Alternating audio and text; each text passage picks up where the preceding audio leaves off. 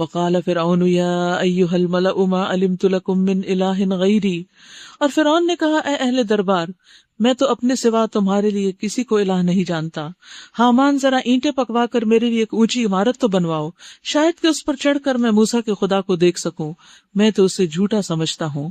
اس نے اور اس کے لشکروں نے زمین میں بغیر کسی حق کے اپنی بڑائی کا گھمنڈ کیا اور سمجھے کہ انہیں کبھی ہماری طرف پلٹنا نہیں.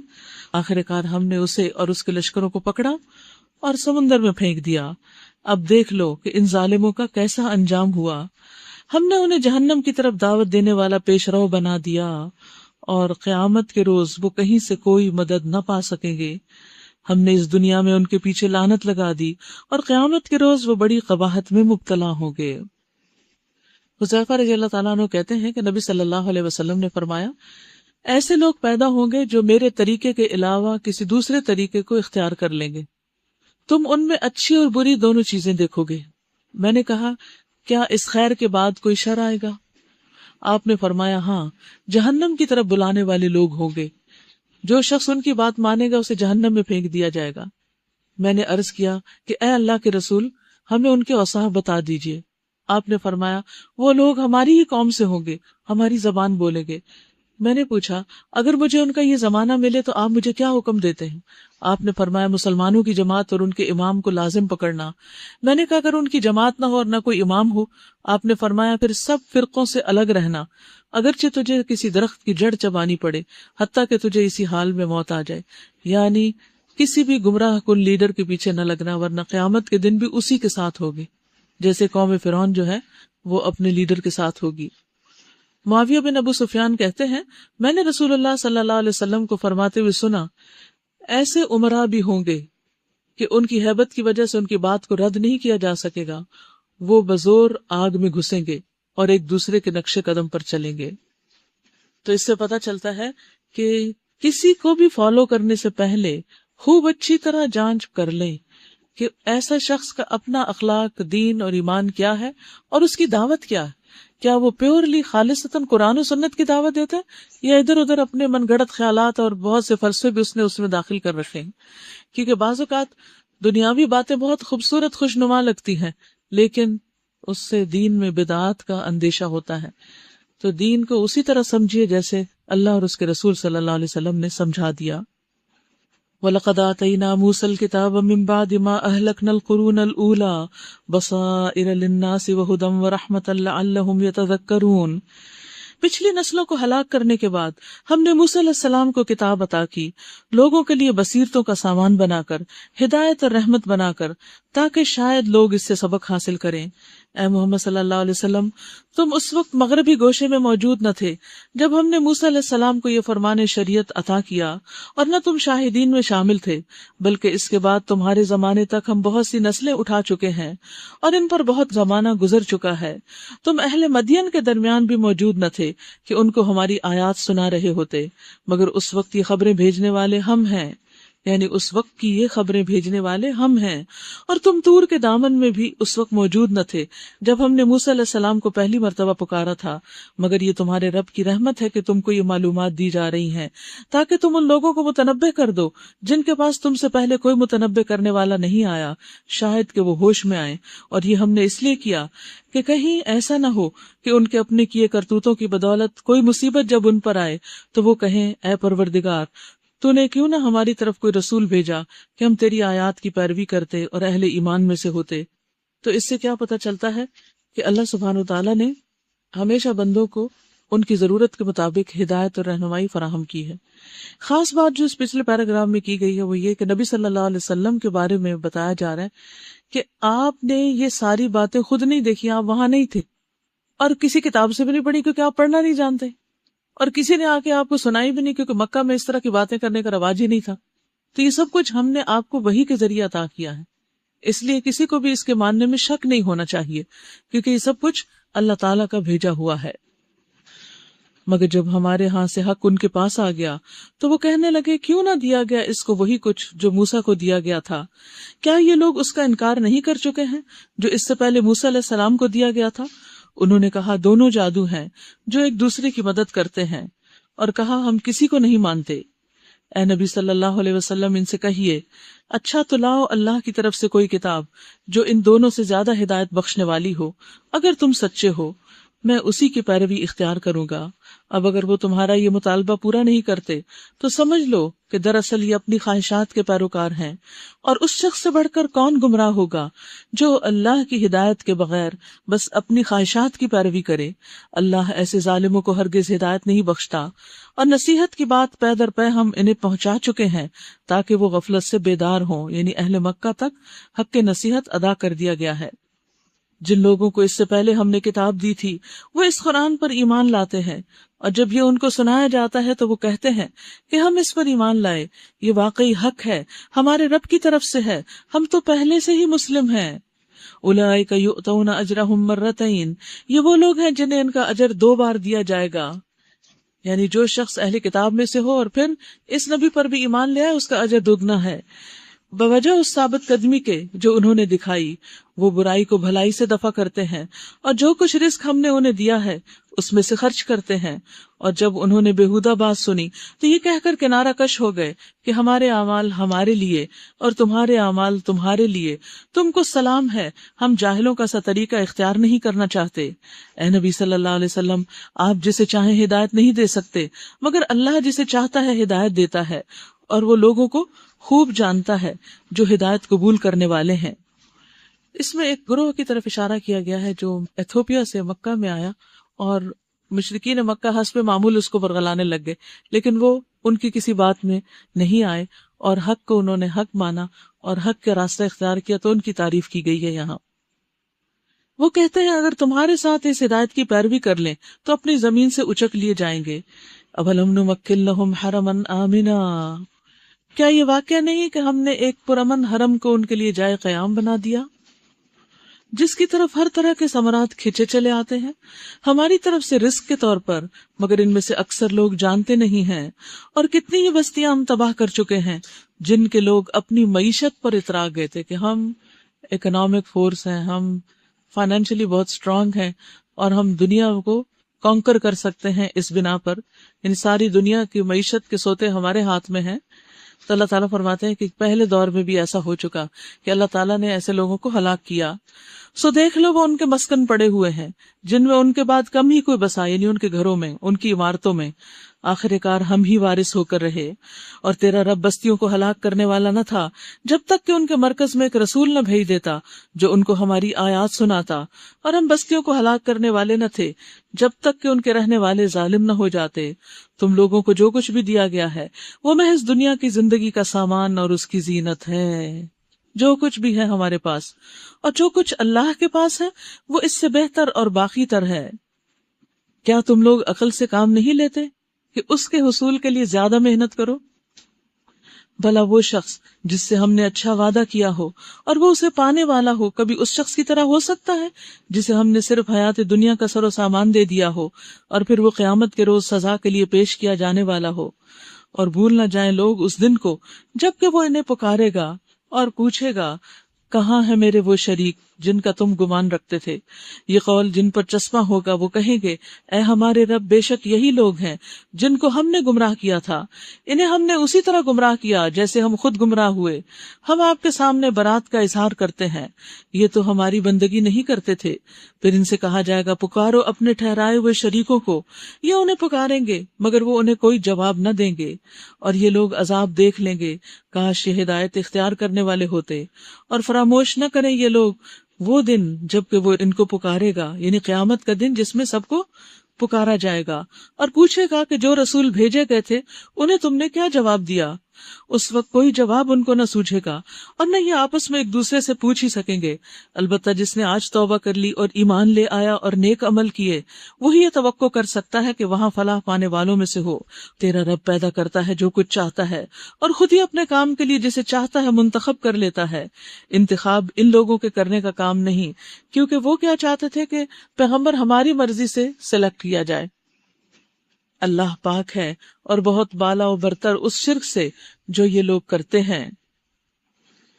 وَرَبُّكَ يَعْلَمُ مَا تُكِنُّ صُدُورُهُمْ وَمَا يُعْلِنُونَ، تیرا رب جانتا ہے جو کچھ یہ دلوں میں چھپائے ہوئے ہیں اور جو کچھ یہ ظاہر کرتے ہیں۔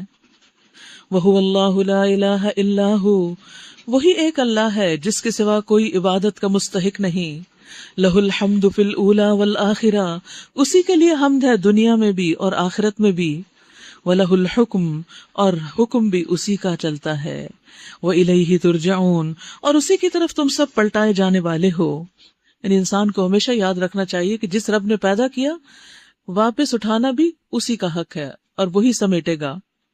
اے نبی صلی اللہ علیہ وسلم، ان سے کہیے کبھی تم لوگوں نے غور کیا کہ اگر اللہ تعالیٰ قیامت تک تم پر ہمیشہ کے لیے رات طاری کر دے، کبھی سورج نکلے ہی نہ، تو اللہ کے سوا وہ کون سا معبود ہے جو تمہیں روشنی لا دے؟ کیا تم سنتے نہیں ہو؟ ان سے پوچھو کبھی تم نے سوچا کہ اگر اللہ قیامت تک تم پر ہمیشہ کے لیے دن طاری کر دے تو اللہ کے سوا وہ کون سا معبود ہے جو تمہیں رات لا دے تاکہ اس میں تم سکون حاصل کر سکو؟ کیا تم کو سوچتا نہیں؟ یہ اسی کی رحمت ہے کہ اس نے تمہارے لیے رات اور دن بنائے تاکہ تم رات میں سکون حاصل کرو اور دن کو اپنے رب کا فضل تلاش کرو، شاید کہ تم شکر گزار بنو. اور وہ دن جب کہ وہ انہیں پکارے گا پھر پوچھے گا کہاں ہے میرے وہ شریک جن کا تم گمان رکھتے تھے؟ وَنَزَعْنَا مِن كُلِّ أُمَّةٍ شَهِيدًا فَقُلْنَا هَاتُوا بُرْهَانَكُمْ فَعَلِمُوا أَنَّ الْحَقَّ لِلَّهِ وَضَلَّ عَنْهُمْ مَا كَانُوا يَفْتَرُونَ. اور ہر امت میں سے ہم ایک گواہ نکال لائیں گے، پھر کہیں گے کہ لاؤ اپنی دلیل. اس وقت انہیں معلوم ہو جائے گا کہ حق اللہ کی طرف ہے اور گم ہو جائیں گے ان کے وہ سارے جھوٹ جو انہوں نے گھڑ رکھے تھے.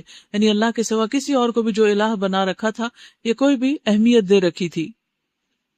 اس سے کیا پتہ چلتا ہے؟ دو تین باتیں پتہ چل رہی ہیں. ایک تو ان آیات میں پتہ چلتا ہے کہ ساری تعریف اللہ تعالیٰ کے لیے ہے جس نے یہ سب کچھ بنایا، یہ سارا نظام قائم کیا. اور حقیقت یہ ہے کہ جب بندہ اللہ کی تعریف کرتا ہے تو حدیث میں آتا ہے کہ ہم سے بڑھ کر کوئی چیز اللہ کو زیادہ پیاری نہیں. یعنی اللہ سبحانہ وتعالیٰ سب سے زیادہ اس بات کے حقدار ہیں اور پسند کرتے ہیں کہ ان کی تعریف کی جائے کیونکہ وہی تعریف کے لائق ہیں. اہل جنت کے سانس میں تحمید جاری ہو جائے گی. جیسے ہم سانس لیتے ہیں نا تو اہل جنت اسی طرح ہر وقت اللہ کی تعریف کرتے رہیں گے. یعنی ایسے تحمید سکھا دی جائے گی. یعنی اب دیکھیں نا ہم کھا رہے ہوتے، پی رہے ہوتے، سب کچھ کر رہے ہوتے ہیں اور ساتھ سانس لے رہے ہوتے ہیں. تو جنت میں بھی اسی طرح سب چیزوں کو انجوائے کر رہے ہوں گے اور ساتھ ساتھ تسبیح کر رہے ہوں گے، یعنی تحمید کر رہے ہوں گے. دوسری بات یہ ہے کہ اللہ کی اس پر تعریف کرنی چاہیے، شکر ادا کرنا چاہیے کہ اللہ نے رات بنائی ہے، کیونکہ بہت سے لوگ رات کو آرام کرتے ہیں. اور پھر رات کے بعد دن بنایا، اس پر پھر شکر ادا کرنا چاہیے، کیونکہ اگر رات کے بعد دن نہ آئے اور ہر وقت اندھیرا ہو تو آپ دیکھیے رات ہوئی پھر صبح ہوئی، آپ فریش ہو گئے، آپ تیار ہوئے یہاں آئے. اگر اس وقت بھی رات ہوتی تو کیا سین یہی ہوتا؟ رات تراویح پڑھتے ہیں نا کچھ لوگ اس حال میں، تو کیا یہی سین ہوتا ہے؟ کتنا مختلف ہوتا ہے. رات میں ہر چیز کی شکل بدل جاتی. تو اگر صرف ایک ہی شکل رہتی تو پھر ہمارا کیا حال ہوتا، ہماری کیفیت کیا ہوتی؟ تو یہ بھی اللہ سبحانہ تعالیٰ کی رحمتیں ہیں جن پر اللہ کی تعریف کی جانی چاہیے. پھر اللہ سبحانہ تعالیٰ نے ہمیں باقی بھی مختلف طرح کی نعمتیں عطا کی، دن بنایا تاکہ ہم دن میں کام کر سکیں، اور دن کا اول حصہ خاص طور پر جس میں برکت ڈالی. اور پھر ایک اور بات جو یہ پتہ چل رہی ہے ہمیں وہ یہ کہ اللہ سبحانہ تعالیٰ ان سب نعمتوں کو دینے کے بعد انسان کا حساب بھی لے گا. پھر قارون کا واقعہ، یہ فرعون کے زمانے میں ہی تھا. ان قارون کان من قوم موسیٰ فبغى علیہم. یہ ایک واقعہ ہے کہ قارون موسیٰ کی قوم کا ایک شخص تھا، پھر وہ اپنی قوم کے خلاف سرکش ہو گیا، یعنی قوم سے غداری کی. کہا جاتا ہے کہ موسیٰ علیہ السلام کے چچا کا بیٹا تھا، اور ہم نے اس کو اتنے خزانے دے رکھے تھے کہ ان کی کنجیاں طاقتور آدمیوں کی ایک جماعت مشکل سے اٹھا سکتی تھی. ایک دفعہ جب اس کی قوم کے لوگوں نے اس سے کہا کہ پھول نہ جا، اکڑو مت، اللہ پھولنے والوں کو پسند نہیں کرتا. جو مال اللہ نے تجھے دیا ہے اس سے آخرت کا گھر بنانے کی فکر کر، اور دنیا میں سے بھی اپنا حصہ فراموش نہ کر. احسان کر جس طرح اللہ نے تیرے ساتھ احسان کیا ہے، اور زمین میں فساد برپا کرنے کی کوشش نہ کر، اللہ مفسدوں کو پسند نہیں کرتا. تو اس نے کہا یہ سب کچھ تو مجھے اس علم کی بنا پر دیا گیا ہے جو مجھ کو حاصل ہے. یعنی جس طرح آج کل لوگ کوئی ڈگری کر لیتے ہیں پھر اچھی جاب مل جاتی ہے تو کبھی اللہ کا ذکر نہیں کرتے، کبھی شکر ادا نہیں کرتے کہ اللہ کی رحمت ہوئی ہے مجھ پر کہ مجھے یہ علم دیا ہے، یا مجھے یہ ڈگری عطا ہوئی، یا مجھے یہ جاب مل گئی. ہمیشہ اپنی قابلیت اور اپنے کارنامے بتاتے ہیں کہ کس طرح وہ عروج اور ترقی کے یہ منازل طے کر کے یہاں تک پہنچے ہیں۔ کیا اس کو یہ علم نہ تھا کہ اللہ اس سے پہلے بہت سے ایسے لوگوں کو ہلاک کر چکا ہے جو اس سے زیادہ قوت اور جمعیت رکھتے تھے؟ یعنی یہ کیوں اس چیز پر اکڑ رہا ہے کہ اس کے پاس مال کی وجہ سے بہت طاقت آ چکی ہے؟ اس سے پہلے لوگوں کے پاس اس سے بھی زیادہ بہت کچھ تھا، لیکن اللہ کی پکڑ سے کوئی چیز انہیں نہ بچا سکی، تو یہ کہاں بھاگ سکتے ہیں؟ مجرموں سے تو ان کے گناہ پوچھے نہیں جاتے، یعنی وہ تو ہمیشہ یہی سمجھتے کہ ہم بہت اچھا کرتے ہیں۔ کسی کٹے سے کٹے مجرم سے پوچھے کہ تم مجرم ہو، وہ بتائے گا، وہ ایسی ایسی تعویلیں کرے گا کہ آپ کو سب سے نیک انسان نظر آنا شروع ہو جائے گا۔ ایک روز وہ اپنی قوم کے سامنے اپنے پورے ٹھاٹ میں نکلا۔ جو لوگ حیات دنیا کے طالب تھے وہ اسے دیکھ کر کہنے لگے، کاش ہمیں بھی وہی کچھ ملتا جو قارون کو دیا گیا ہے، یہ تو بڑا نصیبے والا ہے۔ یعنی اس کی دولت دیکھ کر مال کی ہرس پیدا ہوئی، اور انسان کے اندر ویسے بھی رکھی دی گئی ہے۔ نبی صلی اللہ علیہ وسلم نے فرمایا، بوڑھے آدمی کا دل دو چیزوں کی محبت میں جوان ہوتا ہے، زندگی اور مال کی محبت میں۔ یعنی انسان بوڑھا ہوتا چلا جاتا ہے اور مال کی محبت بڑھتی چلی جاتی ہے، لیکن کثیر مال والے ہلاک ہوں گے سوائے ان کے جو اپنے آگے دائیں بائیں لیفٹ رائٹ خرچ کرتے رہیں بھلائی کے کاموں میں، نیکی کے کاموں میں، اور بخل سے کام نہ لیں۔ تو حیات دنیا کے طالب کیا کہنے لگے؟ کاش ہمیں بھی وہی ملتا جو قارون کو ملا ہے، یہ تو بڑا نصیبے والا ہے۔ مگر جو لوگ علم رکھنے والے تھے وہ کہنے لگے، افسوس تمہارے حال پر، اللہ کا ثواب بہتر ہے اس شخص کے لیے جو ایمان لائے اور نیک عمل کرے۔ اب یہ ہوتا ہے علم، اور یہ ہے علم کا فائدہ کہ جس میں انسان کو فوراً ایسے سچویشن میں یاد آ جائے کہ اس کو کرنا کیا ہے۔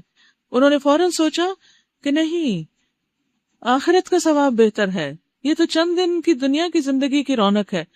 ہم میں سے کتنے لوگوں نے جنہوں نے قرآن پڑھ لیا اور علم حاصل کر لیا، دنیا میں اپنے سے آگے کسی کو دیکھ کر یہی خیال آتا ہو؟ یہی خیال آنا چاہیے، دنیاوی چیزوں سے متاثر نہیں ہونا چاہیے، اس کے پیچھے گم نہیں ہو جانا چاہیے۔ اور یہ دولت نہیں ملتی مگر صبر کرنے والوں کو۔ آخرکار ہم نے اسے اور اس کے گھر کو زمین میں دھنسا دیا، پھر کوئی اس کے حامیوں کا گروہ نہ تھا جو اللہ کے مقابلے میں اس کی مدد کو آتا۔ یعنی کوئی بھی اسے ڈوبنے سے بچا نہ سکا، نہ وہ خود ہی اپنی مدد آپ کر سکا، دھنسنے سے نہ بچا سکا۔ اب وہی لوگ جو کل تک اس کی منزلت کی تمنا کر رہے تھے، کاش ہم بھی ایسے ہوں، کہنے لگے، افسوس ہم بھول گئے۔ شکر ہے اس کے انجام سے سبق پکڑا۔ بھول گئے کہ اللہ اپنے بندوں میں سے جس کا رزق چاہے کچھ ادا کرتا ہے اور جسے چاہتا ہے نبات اللہ دیتا ہے۔ نہیں تو اللہ کی تقسیم ہے، رزق میں کمی بیشی جو بھی ہوتی ہے۔ اگر اللہ نے ہم پر احسان نہ کیا ہوتا تو ہمیں بھی زمین میں دھنسا دیتا، کیونکہ ہم بھی وہی بننے کی تمنا کر رہے تھے۔ تو جو جس کے ساتھ محبت کرتا ہے اسی کے ساتھ ہوتا ہے۔ افسوس ہم کو یاد نہ رہا کہ کافر کبھی فلاح نہیں پاتے۔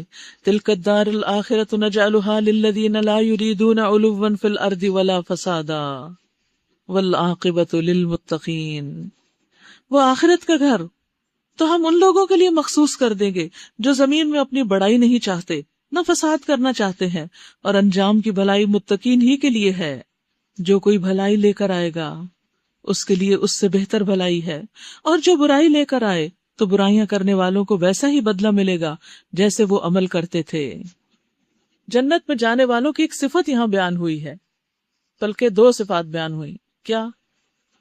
لا یریدون علوا فی الارض، بہت اونچے بن کے اور بہت بڑے بن کے نہیں رہنا چاہتے، عاجز بندے ہوتے ہیں، ان کا دھیان آخرت کی طرف لگا ہوتا ہے، اللہ کو راضی کرنے کی فکر میں مبتلا ہوتے ہیں۔ اس کے برعکس دنیا چاہنے والے اور دنیا کے پیچھے بھاگنے والے دنیا میں بڑے عہدے مرتبے رتبے چاہتے ہیں، اور ان کو حاصل کرنے کے لیے انہی کے پیچھے دوڑ رہے ہوتے ہیں، ساری کوششیں انہی میں خرچ کر رہے ہوتے ہیں۔ تو ایک دنیا کا چاہنے والا ہوتا ہے اور ایک آخرت کا چاہنے والا۔ دونوں کے طرز عمل، دونوں کی سوچ، دونوں کی دعاؤں، دونوں کی کوششوں میں بہت بڑا فرق ہوتا ہے۔ تو یہاں پر کیا بتایا گیا کہ جنت میں جانے والے جو ہیں وہ دنیا میں علو نہیں چاہتے۔ نبی صلی اللہ علیہ وسلم نے فرمایا، قیامت کے دن جب تم جمع ہوگے تو کہا جائے گا، اس امت کے فقراء اور مساکین کہاں ہیں؟ کیونکہ وہ پہلے جنت میں جائیں گے۔ جب وہ کھڑے ہو جائیں گے تو ان سے کہا جائے گا، تم نے کیا عمل کیے؟ وہ کہیں گے، اے ہمارے رب، ہم آزمائش میں ڈالے گئے، ہمیں 2 وقت کی روٹی بھی نہیں تھی ہمارے پاس، ہم نے صبر کیا تو اموال اور حکومت کا والی ہمارے علاوہ دوسروں کو بنایا گیا، یعنی کچھ دنیاوی جاہو جلال نہیں تھا ہمارے پاس، لہٰذا ہمیں عہدے بھی نہیں ملے کیونکہ میں معمولی سمجھا گیا. اللہ عز و جل فرمائے گا تم نے سچ کہا، پس وہ لوگوں سے قبل جنت میں داخل ہو جائیں گے اور حساب کی سختی مال اور حکومت والوں پر رہ جائے گی. صحابہ نے عرض کیا اس دن ایمان والے کہاں ہوں گے؟ آپ نے فرمایا ان کے لیے نور کی کرسیاں رکھی جائیں گی اور ان پر بادلوں کا سایہ کیا جائے گا اور وہ ان مومنوں پر دن کی ایک گھڑی سے بھی زیادہ مختصر ہوگا. تو اس سے یہ پتہ چلتا ہے کہ جو شخص دنیا کی کمی پر راضی ہو جاتا ہے اللہ قیامت کے دن اس کو کمپنسیٹ کر دے گا. لیکن اس پر صبر کرنے والے کم ہی ہوتے ہیں. عموماً کیا ہوتا ہے، صبر کی بجائے لوگوں کا رویہ کیا ہوتا ہے؟ شکوے شکایات کہ ہمارے پاس کم کیوں ہے، اور وہ دیکھو دوسروں کے پاس کیوں زیادہ ہے. بعض اوقات اگر ماں باپ کے پاس زیادہ اور اولاد کے پاس کم ہو تو بچے ماں باپ سے ناراض ہو جاتے ہیں کہ وہ ہمیں کیوں نہیں دیتے. تو اصل بات یہ ہے کہ ہمیں آخرت کی طرف متوجہ رہنا چاہیے. اللہ نے ہر ایک کا رزق تقسیم کیا، جس کے پاس جتنا ہے اللہ نے دیا ہے اس کو وہ نصیب ہو، اور ہم اس غم میں رہنے کے بجائے اور اللہ کی نافرمانی کرنے کی بجائے اپنے اسی وقت کو اللہ تعالیٰ کی اطاعت اور فرما برداری میں خرچ کر لیں اور جنت میں پہلے چلے جائیں. دیکھیے آج تو ہم امن میں ہیں نا، تو ہمیں اتنا اس کا احساس نہیں کہ جلدی جانے کا مطلب کیا ہے. انہیں دوسرے لوگوں سے 500 سال پہلے بھیج دیا جائے گا، لیکن اس دن جو کہ حشر کا ایک طویل دن ہے، جس دن بچے بھی بوڑھے ہو جائیں گے، یوم یجعل الولدان شیبا، جو دن بچوں کو بوڑھا کر دے گا، اس دن اگر کسی کو اتنی سی بھی ٹکنے کی جگہ مل گئی، کہیں بیٹھنے کی مل گئی، کہیں سایہ مل گیا، کہیں نظر عنایت مل گئی، کہیں حساب سے چھٹی مل گئی، کہیں جنت میں پہلے بھیج دیا گیا، یہ تو پوری زندگی پر بھاری ہے. ایسی کئی زندگیاں اس پر قربان. لیکن شرط یہ ہے کہ انسان اللہ جس حال میں رکھے اس پر صبر کرے. اللہ تو نے دوسروں کو بہت کچھ دیا دنیا کا، ہمیں نہیں دیا، ہم پھر بھی راضی ہیں تجھ پر. رضیت باللہ ربن، ایسے پکار پکار کے کہا کریں. جب دل میں حسرت آئے، مثلاً یہ کہ ہمارے ساتھ کی ساری لڑکیوں کی شادی ہوگی، ہماری اب تک نہیں ہوئی، وہ اپنے گھروں میں مزے سے رہ رہے ہیں اور ہم یہاں ہاسٹل میں رل رہے ہیں، ایسی چیزیں انسان کے دل میں شیطان ڈالتا ہے. تو اس وقت کہیں نہیں، ہم نے جنت کا سودا کیا ہے، اللہ کے دین کی خدمت کر رہے ہیں، اور ہم چاہتے ہیں کہ ہمارا رب ان سب سے پہلے ہمیں آخرت میں اپنے پاس بلا لے اور جنت میں داخل کر دے. لیکن یہ مشروط ہے صبر کے ساتھ، کنڈیشن ہے صبر، کہ انسان اللہ سے ناراض نہ ہو اور بندوں سے ناراض نہ ہو. ہر ایک کو جو ملا اس کی قسمت سے ملا. دیکھیے اگر ہمیں کسی بھی چیز پہ یہ کہہ دیا جائے گا کہ اگر تم یہ تکلیف برداشت کر لو تو تمہارا حساب نہیں ہوگا، تو ہم کیا کہیں گے؟ نہیں اللہ تعالیٰ آپ بے شک حساب لے لینا، یہ تکلیف ہٹا دے. نہیں، ہم کہیں گے یا اللہ ہم صبر کریں گے، ہم برداشت کریں گے، تو ہمیں اس دن کی تکلیف سے محفوظ رکھنا، اس حساب سے محفوظ رکھنا. ان الذی فرض علیک القرآن لرادک الی معاد، اے نبی صلی اللہ علیہ وسلم یقین جانیے کہ جس نے تم پر یہ قرآن فرض کیا وہ تمہیں ایک بہترین انجام کو پہنچانے والا ہے، ایک معاد تک، لوٹنے کی جگہ تک واپس لانے والا ہے. ان لوگوں سے کہہ دیجئے میرا رب خوب جانتا ہے کہ ہدایت لے کر کون آیا اور کھری گمراہی میں کون مبتلا ہے. تم اس بات کے ہرگز امیدوار نہ تھے کہ تم پر کتاب نازل کی جائے گی، یہ تو محض تمہارے رب کی مہربانی سے تم پر نازل ہوئی ہے.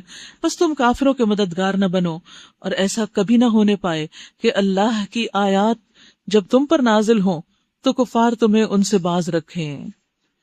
اپنے رب کی طرف دعوت دو اور ہرگز مشرکوں میں شامل نہ ہو، اور اللہ کے ساتھ کسی دوسرے کو معبود نہ پکارو، اس کے سوا کوئی معبود نہیں، کوئی الہ نہیں. کل شیء ہالک الا وجہہ، ہر چیز ہلاک ہونے والی ہے سوائے اس کے چہرے کے. یہاں ترجمہ ٹھیک کر لیجئے، فرما روائی اسی کی ہے اور اسی کی طرف تم سب پلٹائے جانے والے ہو. جیسے سورۃ الرحمن میں بھی آتا ہے نا، کل من علیہا فان ویبقى وجہ ربک ذو الجلال والاکرام. تیرے رب کا چہرہ، یعنی خاص چہرے کی بات کی گئی ہے، اس لیے اس ٹیکسٹ کو بدلنا نہیں چاہیے. سورۃ العنکبوت. سورۃ العنکبوت مکی سورت ہے. بسم اللہ الرحمن الرحیم. الف لام میم. احسب الناس ان يتركوا ان يقولوا آمنا وهم لا يفتنون. شروع کرتی ہوں اللہ کے نام سے جو بے انتہا مہربان نہایت رحم فرمانے والا ہے. الف لام میم. کیا لوگوں نے یہ سمجھ رکھا ہے کہ وہ بس اتنا کہنے پر چھوڑ دیے جائیں گے کہ ہم ایمان لائیں؟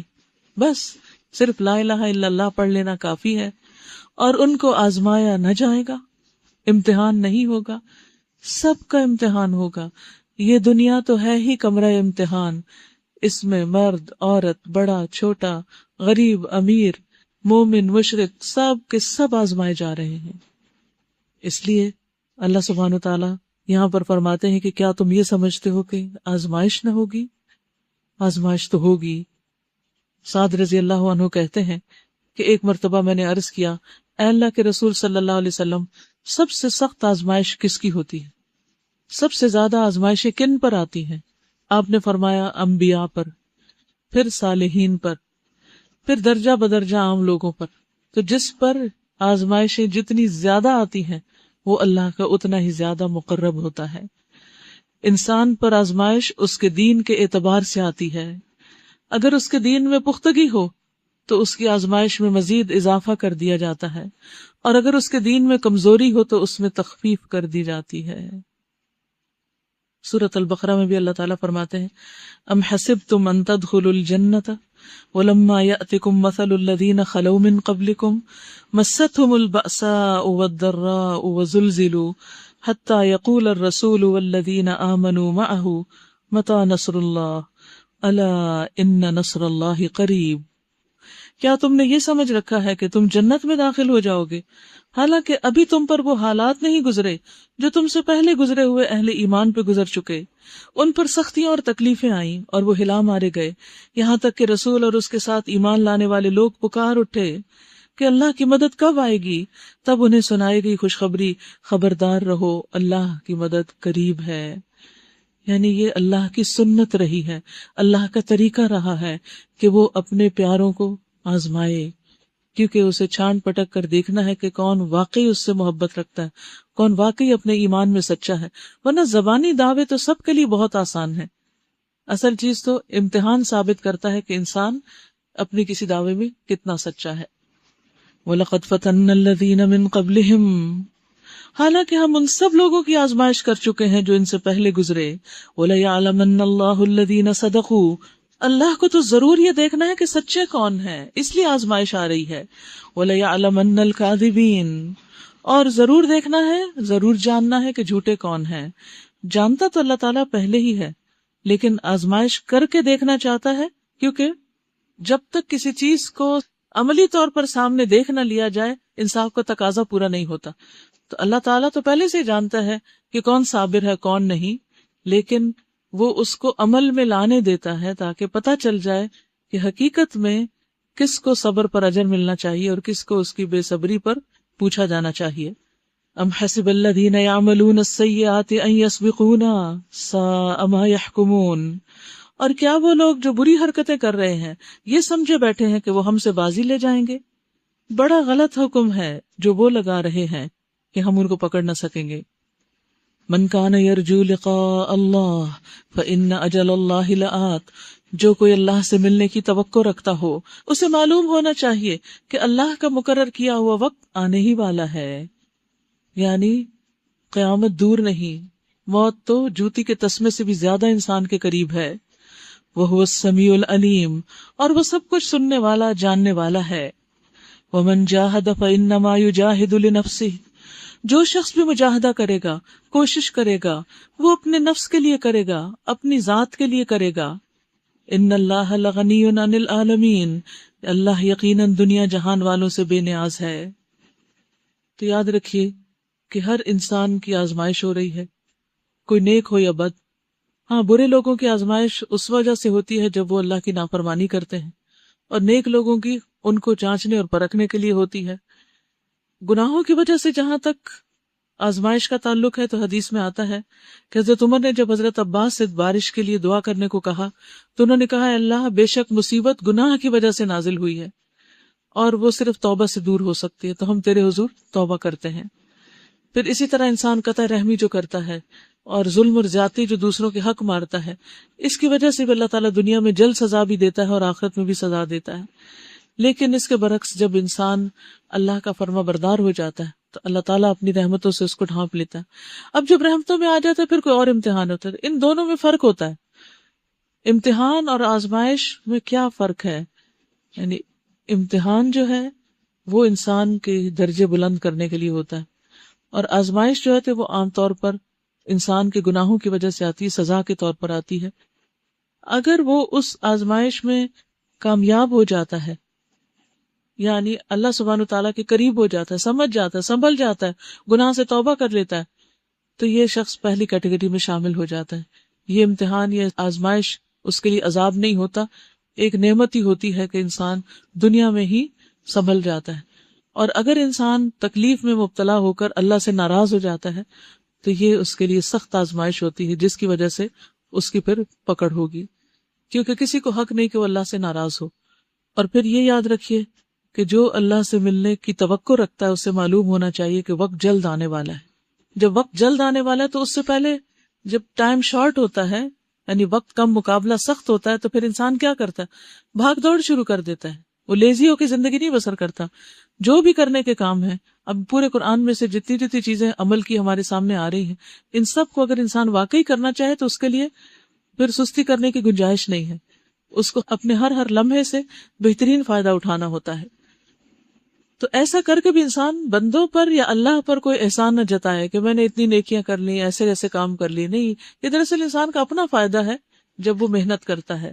والذین آمنوا وعملوا الصالحات لنکفرن عنہم سیئاتہم ولنجزینہم احسن الذی کانوا یعملون. جو لوگ ایمان لائے اور نیک عمل کیے، ان کی برائیاں ہم ان سے دور کر دیں گے، یعنی ان کی تکلیفیں دور کر دیں گے دنیا میں بھی اور آخرت میں بھی، اور انہیں ان کے بہترین اعمال کی جزا دیں گے. ہم نے انسان کو ہدایت کی کہ اپنے والدین کے ساتھ نیک سلوک کرے. نیک اعمال میں سب سے بڑا نیک عمل اللہ کے اوپر ایمان لانے کے بعد، شرک سے بچنے کے بعد، والدین کے ساتھ حسن سلوک ہے. لیکن اگر وہ تجھ پر زور ڈالے کہ تو میرے ساتھ کسی ایسے معبود کو شریک ٹھہرائے جسے تو میرے شریک کی حیثیت سے نہیں جانتا، تو ان کی اطاعت نہ کر. میری ہی طرف تم سب کو پلٹ کر آنا ہے، پھر میں تم کو بتا دوں گا کہ تم کیا کرتے رہے ہو. یعنی اللہ ہی نے حکم دیا کہ ماں باپ کا کہاں مانا جائے، اور اللہ ہی کا حکم ہے کہ اللہ کی نافرمانی میں ماں باپ کی بات نہ مانی جائے. جب آپ دیکھیے کہ آپ میں سے بھی جتنے لوگ دنیا کے طور طریقے چھوڑ کر جب دین کے طور طریقے اختیار کرتے ہیں تو لازماً کچھ مشکلات سے گزرتے ہیں. کبھی وہ زبانی اذیتیں ہوتی ہیں لوگوں کی، کبھی لوگوں کے الزام ہوتے ہیں، اور کبھی جسمانی طور پر بھی انسان کو مشقتوں سے گزرنا پڑتا ہے. کبھی مالی پریشانیاں سامنے آ جاتی ہیں، کسی کو جاب چھوڑنی پڑتی ہے، کسی کو حرام طریقے پر چلتے ہوئے حرام راستوں کو چھوڑ کر حلال کی طرف رخ کرنا پڑتا ہے، اور اس میں دیر ہوتی ہے تو انسان کی آزمائش ہوتی ہے. یہ ساری چیزیں تو ہیں، لیکن اللہ تعالیٰ فرماتے ہیں اگر تم محنت کرو گے تو یہ تمہارے اپنے ہی حق میں بہتر ہوگا. اور پھر بعض آزمائشیں ایسی ہوتی ہیں کہ جس میں اللہ سبحانہ وتعالیٰ کے حکم کے خلاف ماں باپ کا حکم آ جاتا ہے، جبکہ ماں باپ کے ساتھ حسن سلوک کا حکم بھی اللہ نے دیا. تو انسان کنفیوز ہو جاتا ہے کہ اللہ ہی کہتا ہے کہ ماں باپ کا خیال رکھو، اور اب ماں باپ کی اگر ہم بات نہ مانے تو وہ تو ہمارے فلیئر اپ ہو جاتے ہیں اور بہت ناراض ہوتے ہیں، تو کیا کریں؟ تو ایسی صورت میں جہاں اللہ کا حکم آ جائے وہاں ماں باپ کی بات نہیں مانی جائے گی. لا طاعۃ لمخلوق فی معصیۃ الخالق، کسی مخلوق کی اطاعت جائز نہیں خالق کی معصیت میں، نافرمانی میں. یہاں اسی لیے کہا جا رہا ہے کہ اگر تمہارے ماں باپ بھی کہیں، اگرچہ میں خود کہتا ہوں کہ ماں باپ کی بات مانو، لیکن اس موقع پر ماں باپ کی نہیں ماننی.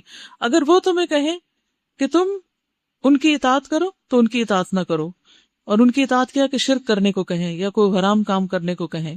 میری ہی طرف تم سب کو پلٹ کر آنا ہے، پھر میں تم کو بتا دوں گا کہ تم کیا کرتے رہے ہو. اور جو لوگ ایمان لائے ہوں گے اور جنہوں نے نیک عمل کیے ہوں گے انہیں ہم ضرور صالحین میں داخل کر دیں گے.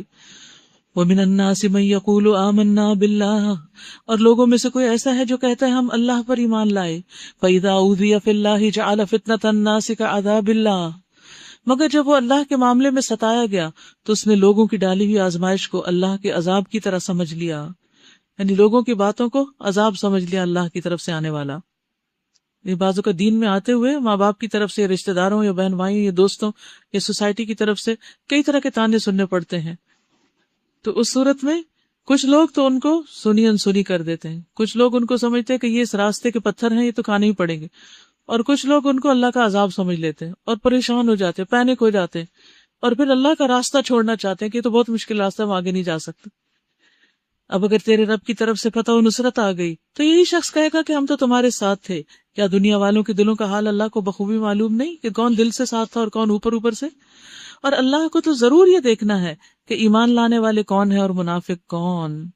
یہ کافر ایمان والوں سے کہتے ہیں کہ تم ہمارے طریقے کی پیروی کرو اور تمہاری خطاؤں کو ہم اپنے اوپر لے لیں گے. آج بھی دنیا میں بہت سے لوگ کہتے ہیں ہماری مان جاؤ، اللہ کو ہم جواب دے دیں گے، تم کہتے نا اس نے کہا تھا، ہم پہ ڈال دو.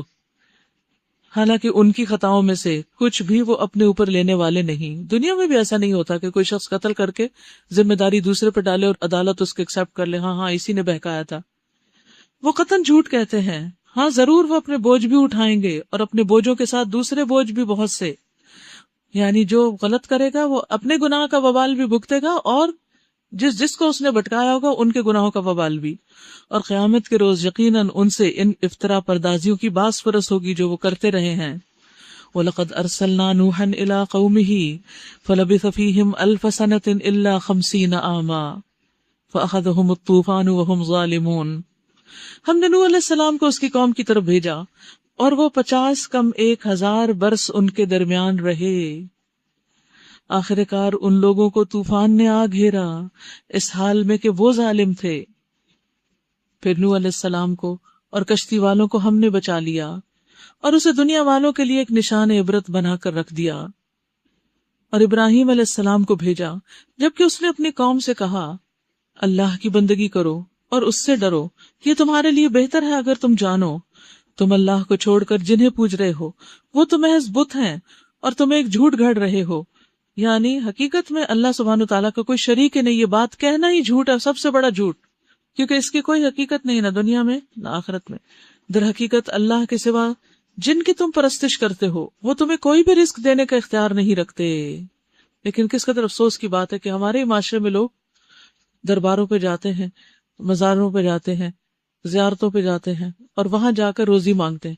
کسی کو مشکل کشا کہتے ہیں اور کسی کو فریاد رس، غوث اعظم، داتا گنج بخش. کس قدر شرک پر مبنی یہ القابات ہے کہ خزانہ بخشنے والے. کوئی شخص مرنے کے بعد کسی کو کون سا خزانہ دے سکتا ہے؟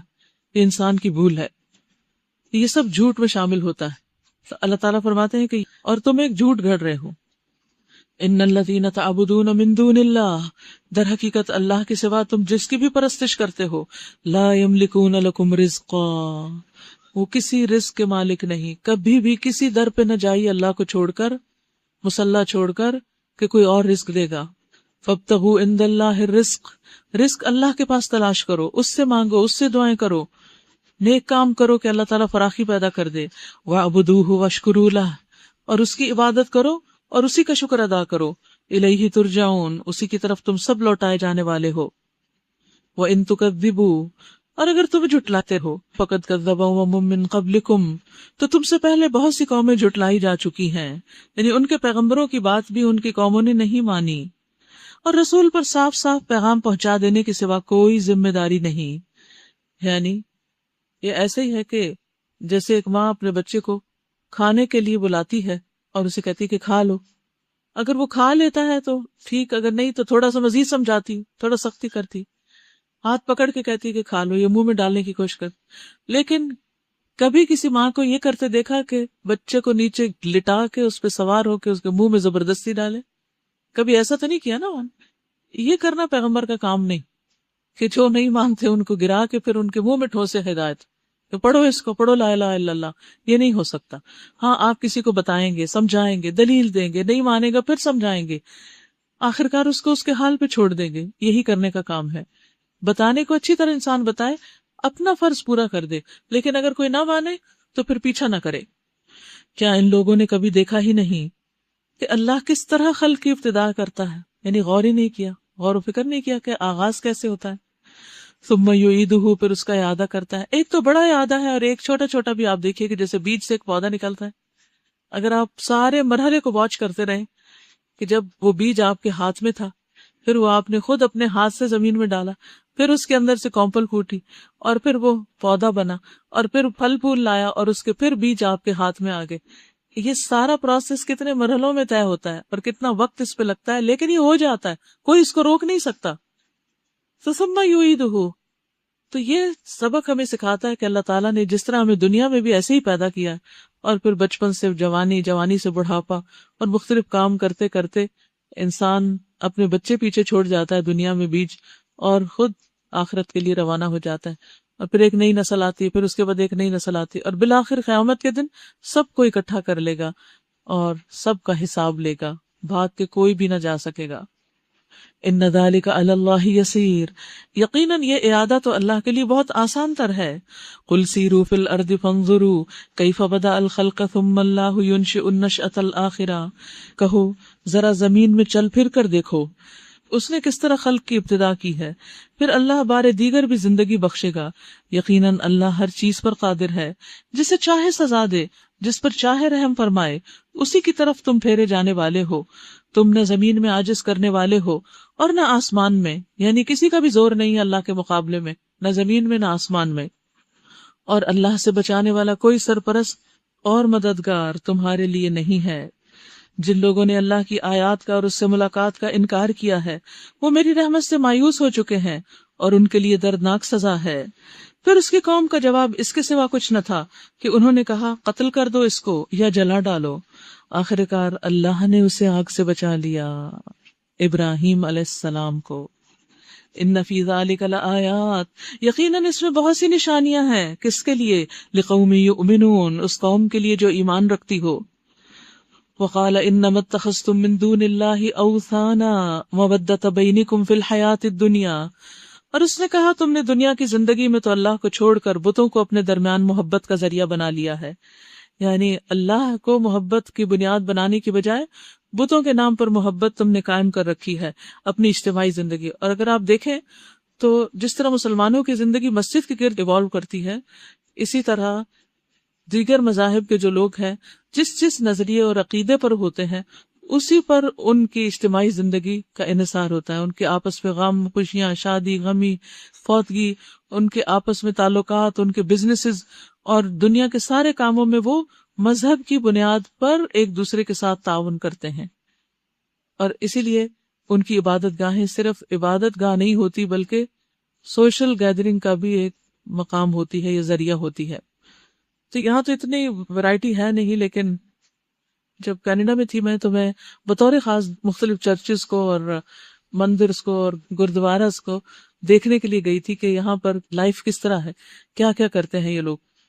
تو مجھے اتنی حیرت ہوئی کہ بالکل وہی منظر ہوتا ہے جیسے رمضان میں مسجد میں افطاریاں بھی ہو رہی ہیں اور نکاح بھی ہو رہے ہیں اور نمازیں بھی ہو رہی ہیں اور لوگوں کے اور بھی کچھ مسئلے کاؤنسلنگ بھی ہو رہی ہے، لڑائی جھگڑے کے فیصلے بھی ہو رہے ہیں۔ تو سوشل سرکل جو ہے وہ ان ملکوں میں کم، لیکن ان ملکوں میں سارا مسجد کے گرد گھومتا ہے کسی ایک نظریے کے ماننے والوں۔ تو اسی طرح گردوارے میں بھی کھانے پک رہے ہیں، لنگر لگے ہوئے ہیں، لوگ بچے بوڑھے بڑے جوان چھوٹے بڑے دن کو رات کو جمع ہو رہے ہیں، اکٹھے ہو رہے ہیں، آپس میں شادیاں ہو رہی ہیں، بزنس کو بڑھانے کے لیے آپس میں بات چیت ہو رہی ہے۔ تو یہ ساری چیزیں بہرحال کسی نہ کسی نقطے پر ضرور آ کے جمع ہوتی۔ ہمیں یہ سوچنا چاہیے کہ ہمارا سوشل سرکل کیا ہے اور ہماری محبتوں کی بنیاد کیا ہے۔ کیا صرف کوئی جاب، کیا کوئی بزنس، یا دین؟ اگر دین کی بنیاد پر یہ سب کچھ ہوگا تو ہی فائدہ دے گا، ورنہ جو دوستیاں اور تعلق، کیونکہ سوشل اینیمل کہا جاتا ہے انسان کو، اگر سے انسان اینیمل نہیں ہے، انسان ہی ہے، لیکن انسان کی نیڈ ہے کہ اس کا ارد گرد سوشل سرکل ہو، تو اس کی بنیاد بھی دین اور ایمان ہونا چاہیے۔ اب آپ دیکھیے کہ سوشل میڈیا نے، فیس بک، ٹویٹر وغیرہ نے اب فزیکل پریزنس کو بھی ختم کر دیا ہے، اس کی بھی اب ضرورت نہیں، اب لوگ اپنے موبائل پہ بیٹھ کے پوری دنیا سے رابطے میں ہوتے ہیں۔ اور پھر دیکھنا چاہیے کہ کس کے ساتھ رابطے پر ہیں، نقطہ محبت کیا ہے، تعلق کی بنیاد کیا ہے، کیا صرف بزنس، پالیٹکس یا ریلیجن یا کیا چیز؟ کیونکہ یہ بہت اہم ہے کہ ہم کس بنیاد پر آپس میں ایک دوسرے سے محبت کرتے ہیں، کیونکہ انسان انہی کے ساتھ اٹھایا جائے گا جن سے وہ محبت کرتا ہوگا۔ اور پھر الحقنی بالصالحین، اسی سے پتہ چل جاتا ہے کہ اللہ مجھے نیک لوگوں کے ساتھ ملا، کہ وہ اسی کی بنیاد پر اکٹھے ہوتے ہیں اور اسی کی بنیاد پر الگ ہوتے ہیں۔ تو اللہ تعالیٰ کھول کے بتا رہے ہیں انما اتخذتم من دون اللہ اوثانا، کہ تم نے دنیا کی زندگی میں اللہ کو چھوڑ کر بتوں کو اپنے درمیان محبت کا ذریعہ بنا لیا، وہ تمہارا سینٹر آف لائف بن گئے ہیں، مگر قیامت کے روز تم ایک دوسرے کا انکار کرو گے اور ایک دوسرے پہ لعنت کرو گے۔ اللہ کے نام کے علاوہ دوسرے جن بنیادوں پہ لوگ اکٹھے ہوتے ہیں دنیاوی مفادات کے لیے، اگر اس میں بیٹھ کر وہ اللہ کی نافرمانی کے کام کرتے تو کل قیامت کے دن وہی ایک دوسرے کے دشمن بن جائیں گے، نمبر 1 دشمن، یعنی دوست دشمن میں تبدیل ہو جائیں گے۔ وَيَلْعَنُ بَعْضُكُمْ بَعْضًا، تم میں سے بعض پر لعنت کر رہا ہوگا، ایک دوسرے کو گالیاں دے رہے ہوں گے کہ تم نے ہمیں بھٹکایا، ہم تو اچھے بھلے سمجھدار تھے، تم نے ہمیں کنفیوژن میں ڈال دیا اور پریشان کر دیا اور پھسلا دیا، اور آگ تمہارا ٹھکانہ ہوگی اور تمہارا کوئی مددگار نہ ہوگا۔ اس وقت لوط علیہ السلام نے اس کو مانا، اور ابراہیم علیہ السلام نے کہا میں اپنے رب کی طرف ہجرت کرتا ہوں، وہ زبردست ہے اور حکیم ہے۔ وَوَهَبْنَا لَهُ اسحاق، اور ہم نے اس کو اسحاق عطا کیا، وَيَعْقُوب، اور یعقوب بھی پوتا، وَجَعَلْنَا فِي ذُرِّيَّتِهِ النُّبُوَّةَ وَالْكِتَابَ وَآتَيْنَاهُ أَجْرَهُ فِي الدُّنْيَا وَإِنَّهُ فِي الْآخِرَةِ لَمِنَ الصَّالِحِينَ، اور ہم نے اسے اسحاق اور یعقوب جیسی اولاد عنایت فرمائی اور اس کی نسل میں نبوت اور کتاب رکھ دی، اور اسے دنیا میں اس کا اجر عطا کیا، اور آخرت میں وہ یقیناً صالحین میں سے ہوگا۔ اور ہم نے لوط علیہ السلام کو بھیجا جبکہ اس نے اپنی قوم سے کہا تم تو وہ فحش کام کرتے ہو جو تم سے پہلے دنیا والوں میں سے کسی نے نہیں کیا، کیا تمہارا حال یہ ہے کہ مردوں کے پاس جاتے ہو؟ اَإِنَّكُمْ لَتَأْتُونَ الرِّجَالَ وَتَقْطَعُونَ السَّبِيلَ، کہ تم مردوں کے پاس جاتے ہو اور رہزنی کرتے ہو، یعنی رہزنی کرنے سے مراد راہ چلتے قافلے مسافروں کو لوٹ لیتے ہو۔ انتہا درجے کی بد اخلاق قوم تھی۔ وَتَأْتُونَ فِي نَادِيكُمُ الْمُنْكَرَ، اور اپنی مجلسوں میں برے کام کرتے ہو، یعنی شہوت رانی کرتے ہو، اوپنلی علی الاعلان ننگی حرکتیں۔ فما کان جواب قومہ، تو نہ تھا جواب اس کی قوم کا، الا ان قالوا ائتنا بعذاب اللہ، مگر یہ کہ انہوں نے کہا لے آؤ ہمارے پاس اللہ کا عذاب، الٹا پیغمبر کو دھمکی دینے لگے۔ ان کنت من الصادقین، اگر تم سچوں میں سے ہو۔ قال رب انصرنی علی القوم المفسدین، پیغمبر نے کہا اے میرے رب ان مفسد لوگوں کے مقابلے میں میری مدد فرما۔ ولما جاءت رسلنا ابراہیم بالبشرا، اور جب ہمارے فرشتے ابراہیم علیہ السلام کے پاس بشارت لے کر پہنچے، کس کی بشارت؟ بیٹے کی، تو انہوں نے اس سے کہا ہم اس بستی کے لوگوں کو ہلاک کرنے والے ہیں، اس کے لوگ سخت ظالم ہو چکے ہیں۔ ابراہیم علیہ السلام نے کہا وہاں تو لوط موجود ہے۔ انہوں نے کہا ہم خوب جانتے ہیں کہ وہاں کون کون ہے، ہم اسے اور اس کی بیوی کے سوا اس کے باقی سب گھر والوں کو بچا لیں گے، یعنی ان کی بیٹیاں۔ اس کی بیوی پیچھے رہ جانے والوں میں سے تھی۔ بہت ڈرنے والی آیت ہے یہ، کہ اگر عورت خیانت کار ہے، دین میں خیانت کرنے والی ہے، تو شوہر چاہے کتنا متقی پرہیزگار اور جنت میں جانے والا وہ اس کے ساتھ نہیں جا سکتا۔ یہ ہسبینڈ وائف کے بھی جو رشتے ہیں یہ دنیا تک ہی ہیں، اگر ایمان نہ ہوا، عمل صالح نہ ہوا تو وہاں ان میں جدائی ڈال دی جائے گی، لیکن نیک لوگوں کو اکٹھا کر دیا جائے گا۔ پھر جب ہمارے فرشتے لوط علیہ السلام کے پاس پہنچے تو وہ ان کی آمد پر سخت پریشان ہوا اور دل تنگ ہوا۔ انہوں نے کہا مت ڈرو اور نہ رنج کرو، ہم تمہیں اور تمہارے گھر والوں کو بچا لیں گے سوائے تمہاری بیوی کے جو پیچھے رہ جانے والوں میں سے ہے۔ ہم اس بستی کے لوگوں پر آسمان سے عذاب نازل کرنے والے ہیں اس فسق کی بدولت جو یہ کرتے رہے ہیں، اور ہم نے اس بستی کی ایک کھلی نشانی چھوڑ دی ہے ان لوگوں کے لیے جو عقل سے کام لیتے ہیں، یعنی بحیرہ مردار کے طور پر۔ وَإِلَى مَدْيَنَ أَخَاهُمْ شُعَيْبًا قَالَ يَا قَوْمِ اعْبُدُوا اللَّهَ وَارْجُوا الْيَوْمَ الْآخِرَ وَلَا تَعْثَوْا فِي الْأَرْضِ مُفْسِدِينَ، اور مدین کی طرف ہم نے ان کے بھائی شعیب علیہ السلام کو بھیجا۔ اس نے کہا اے میری قوم کے لوگو، اللہ کی بندگی کرو اور روز آخر کے امیدوار رہو، اور زمین میں مفسد بن کر زیادتیاں نہ کرتے پھرو۔ مگر انہوں نے اسے جھٹلا دیا۔ آخر کار ایک سخت زلزلے نے انہیں آ لیا اور وہ اپنے گھر میں پڑے کے پڑے رہ گئے، اور عاد اور سمود کو ہم نے ہلاک کیا۔ تم وہ مقامات دیکھ چکے ہو جہاں وہ رہتے تھے، ان کے اعمال کو شیطان نے ان کے لیے خوشنما بنا دیا تھا اور انہیں راہ راست سے برگشتہ کر دیا، حالانکہ وہ ہوش گوش رکھتے تھے۔ وقارون وفرعون وہامان وَلَقَدْ جَاءَهُمْ مُوسَى بِالْبَيِّنَاتِ فَاسْتَكْبَرُوا فِي الْأَرْضِ وَمَا كَانُوا سَابِقِينَ، اور قارون اور فرعون اور حامان کو ہم نے ہلاک کیا۔ موسیٰ علیہ السلام ان کے پاس بینات لے کر آئے، مگر انہوں نے زمین میں اپنی بڑائی کا زوم کیا، حالانکہ وہ سبقت لے جانے والے نہ تھے۔